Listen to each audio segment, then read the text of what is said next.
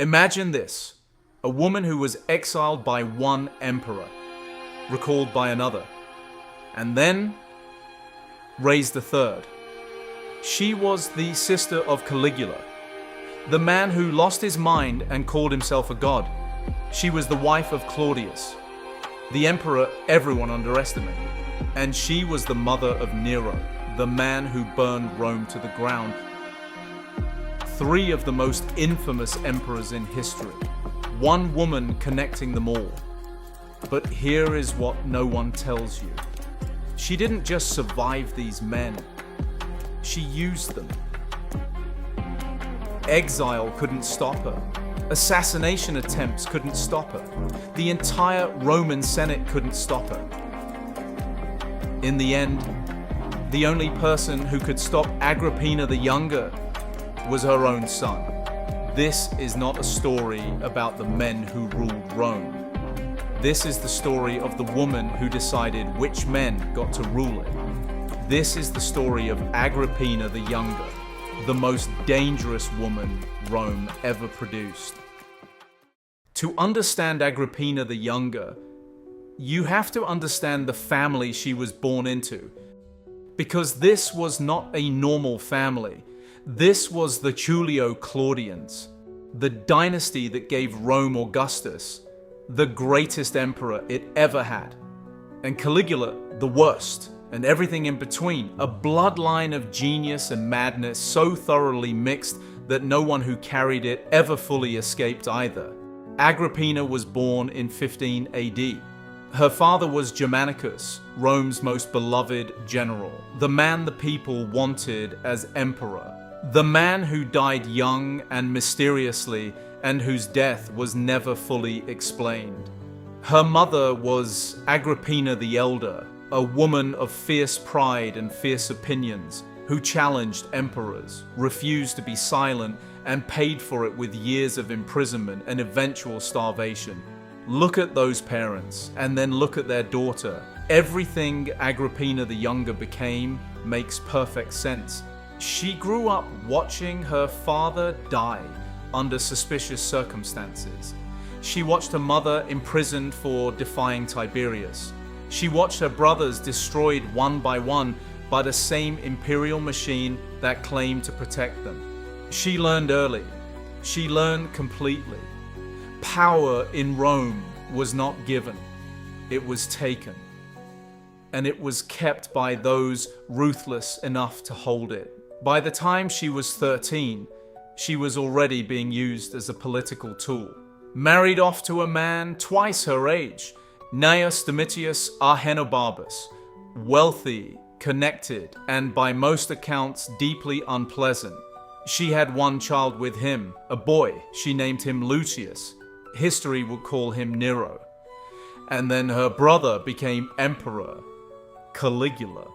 And for a brief, strange moment, it seemed like things might get better. They didn't. Caligula's reign began with promise. He released political prisoners. He burned Tiberius's secret files, the lists of informants, the records of accusations. The crowd loved him. The Senate praised him. Rome exhaled. And Agrippina was at the center of it. Caligula elevated his sisters publicly. He put their faces on Roman coins, something unprecedented for living women. He gave them honors that no Roman woman had ever received. For a brief moment, Agrippina had proximity to power without having to fight for it. And then Caligula lost his mind. Exactly when it happened is debated. Some historians point to a serious illness in 37 AD. Others say the illness just revealed what was always there. Either way, the man who burned Tiberius's files became something Tiberius would have recognized perfectly. He became a tyrant. And Agrippina found herself in the most dangerous position in Rome, close enough to the emperor to be useful, close enough to be destroyed. In 39 AD, everything collapsed.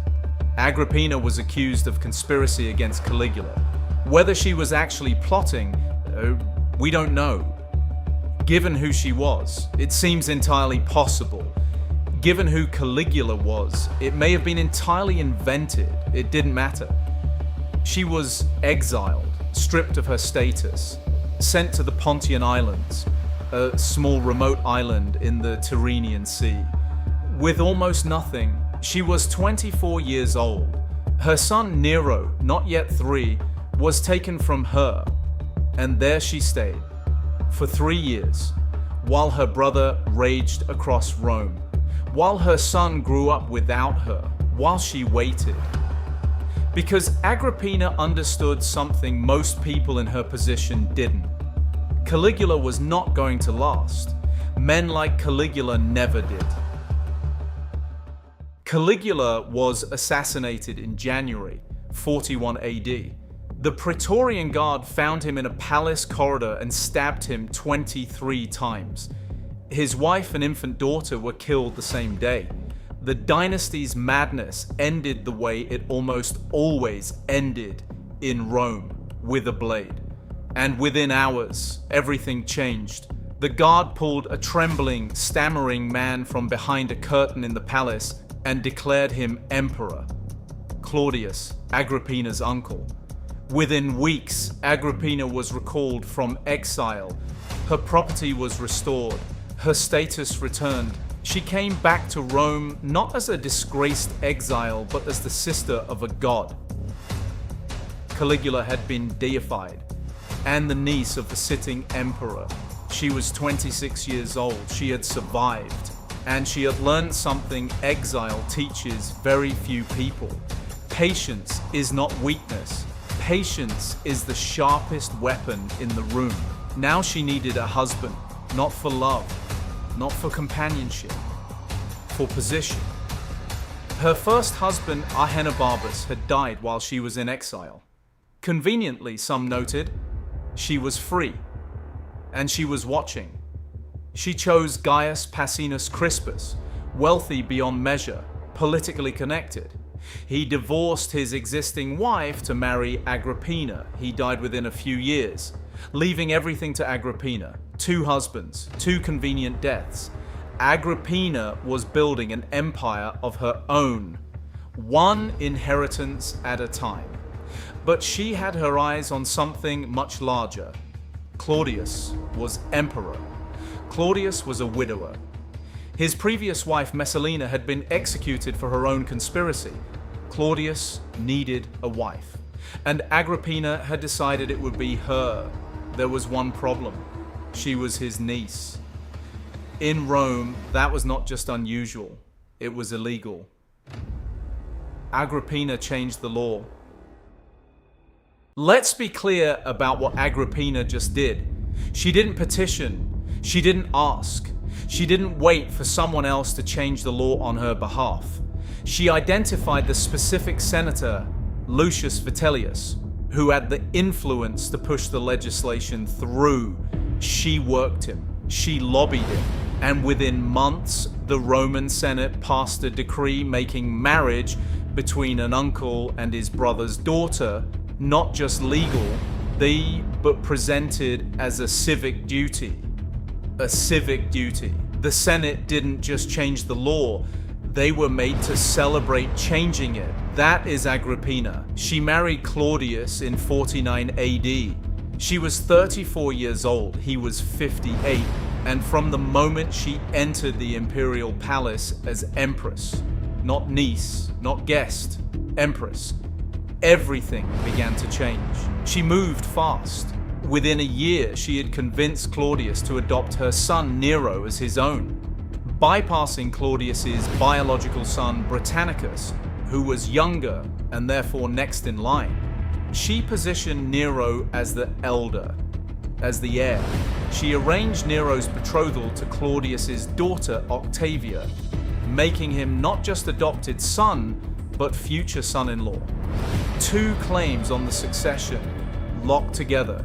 She removed enemies, systematically. Anyone who threatened her position or Nero's future found themselves exiled, tried for treason, or simply gone. She accumulated formal powers no Roman woman had ever held. She received foreign ambassadors. She appeared on imperial coins. Again, she corresponded with client kings, and she did it all while standing beside Claudius. Not in front of him, beside him. She had learned from Livia, never in front, always beside, until beside becomes the same thing as in front. And no one can quite point to the moment it happened. Claudius died in 54 AD. He had been married to Agrippina for 5 years. Ancient sources, Tacitus, Suetonius, suggest mushrooms. Poison mushrooms served at dinner. A slow death that looked at first like illness. Did she do it? He was becoming inconvenient. Britannicus was growing older. There were signs Claudius was reconsidering the succession. You decide. Nero became emperor at 17 years old, and for the first few years it actually worked. Agrippina had prepared him, educated him, positioned him, and now she stood behind the throne, visibly, formally, unapologetically. Ancient sources describe her receiving petitioners beside Nero, sitting on the same platform as the emperor during official audiences. Her name appearing alongside his in official correspondence. She was, in everything but title, co-emperor. But here is the problem with raising a ruler. At some point, he starts to think he is one. Nero was not stupid. He was not Caligula. Not broken in the same way, not as immediately dangerous. But he was 17. He was emperor. And he was beginning to understand that the woman beside him was not just his mother. She was his competition. The shift was gradual, then sudden. First, Nero fell in love with a freedwoman named Active. Agrippina disapproved, loudly. Nero ignored her. For the first time in his life, he ignored her. Then Agrippina made a mistake. She threatened to support Britannicus, Claudius's biological son, the heir she had displaced, as a rival to Nero's throne. It was a bluff, almost certainly a bluff. A mother reminding her son who put him where he was. Nero didn't hear it as a bluff. Britannicus died at a dinner party, 17 years old, sudden convulsions in front of everyone. Nero told the guests it was an epileptic fit. The guests pretended to believe him. Agrippina understood what had happened. Her son had just shown her who he was becoming, and she understood something else. She was next. What followed was one of the most extraordinary and in her darkest chapters in Roman history. Nero didn't move immediately. He was methodical in his way. He stripped Agrippina of her honors first, removed her bodyguard, reduced her household staff, moved her out of the imperial palace. Death by diminishment. But Agrippina did not diminish. She retreated to her villa at Baiae on the Bay of Naples. And from there she continued to operate, continued to receive visitors, continued to maintain relationships with senators, freedmen, military officers, the network she had spent 30 years building. Nero tried to have her poisoned 3 times. 3 times she survived, either through antidotes she had been quietly stockpiling, because of course she had, or through sheer constitution, or through the suspicion that made her careful about everything she ate and drank. So Nero tried something else. He invited her to a reconciliation dinner, a peace offering. Come back to Baiae, mother. Let us repair things between us. She came. Because Agrippina, for all her calculation, wanted to believe her son was still retrievable, that the relationship she had invested everything in had not become the thing that would kill her. After dinner, Nero provided a boat to take her back across the Bay of Naples to her villa. The boat was rigged to collapse. The ceiling of the cabin was loaded with lead weights designed to crush the passengers below when triggered. The hull was built to fall apart on command. Agrippina got on the boat, the mechanism triggered, the ceiling came down. A woman traveling with her, Acerronia, trying to save herself, cried out that she was Agrippina. She was beaten to death by the sailors. Agrippina said nothing. She slipped into the water and she swam. 63 years old, she swam to shore. Nero sent assassins that same night. Agrippina had made it back to her villa. She had sent word to Nero. I survived an accident. Mother is safe. Do not worry. One last move. One last attempt to give him a way out. He didn't take it. 3 men arrived at her villa. A naval officer, a freedman, a centurion. They found her in her bedroom, alone, a single lamp burning. Ancient sources, and this detail has the ring of truth, say that when the centurion drew his sword, Agrippina pulled aside her clothing and pointed to her abdomen.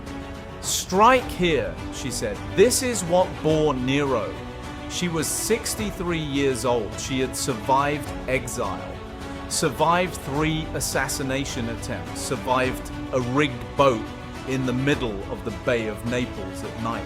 She did not survive the 4th attempt. Nero had her death announced as a suicide. He claimed she had been plotting against him and had taken her own life when discovered. The Roman Senate, the same Senate she had managed and maneuvered for decades, issued a formal statement of congratulations to Nero for uncovering the plot. History records that Nero never fully recovered from what he had done. He reportedly could not sleep. He claimed to be haunted by her ghost. He left Rome for a period, unable to return to the city where he had ordered her death. Suetonius writes that Nero said after her death that he had not realized he had such a beautiful mother. He said it looking at her body. Rome had seen ruthless women before. It had seen ambitious women. Women who survived impossible circumstances. Women who accumulated power against every institution designed to exclude them. But Agrippina the Younger was something Rome struggled to categorize. She was not Livia, patient, subtle, generational. She was not Boudica, open, burning, glorious in her fury.